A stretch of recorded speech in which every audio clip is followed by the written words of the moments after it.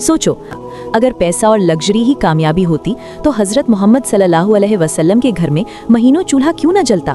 हमने मान लिया है कि अगर एसी मिल गया, फ्लाइट में बैठ गए या बैंक बैलेंस बढ़ गया तो हम जीत गए, चाहे वो पैसा हराम हो, चाहे उसके लिए ईमान बेचना पड़े।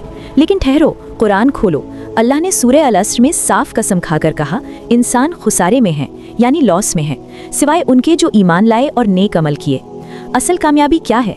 अगर दुनिया की दौलत कामयाबी होती तो फिरौन और कारून सबसे बड़े विनर्स होते। लेकिन कामयाबी का मयार हमें उन हस्तियों से सीखना होगा जिनका जिक्र अल्लाह ने कुरान में किया है। सोचो, हज़रत नूह अलैहिस्सलाम ने 950 साल मेहनत की, लोगों ने पत्थर मारे, क्या वो नाकाम थे? हज़रत इब्राहीम अलैहिस्सलाम को आग में डाला गया, क्या वो हार गए थे? हज़रत बिलाल रज़ी अल्लाहु अन्हु को तपते सहरा में घसीटा गया, नहीं। अल्लाह ने कहा, यही लोग कामयाब हैं। कामयाबी एसी में बैठना नहीं है, कामयाबी आग से बच जाना है। लोग सोचते हैं कलमा पढ़ लिया बस काम खत्म। नहीं मेरे दोस्त, कलमा पढ़ने के बाद तो इम्तिहान शुरू होता है। असल कामयाबी ये है कि जब तुम्हारा रब तुमसे मिले तो वो तुमसे राजी हो, भले ही दुनिया में तुम्हारे पास टूटे हुए जूते क्यों ना हो। बस यही समझना पहला कदम है।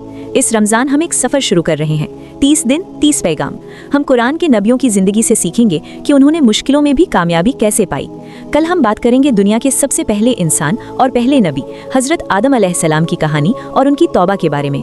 अगर आप भी दुनिया के इस धोखे से निकलना चाहते हैं और असल कामयाबी पाना चाहते हैं तो अभी कमेंट में या अल्लाह मेरी इस्लाह फरमा लिखें और इस सीरीज़ से जुड़ जाएं।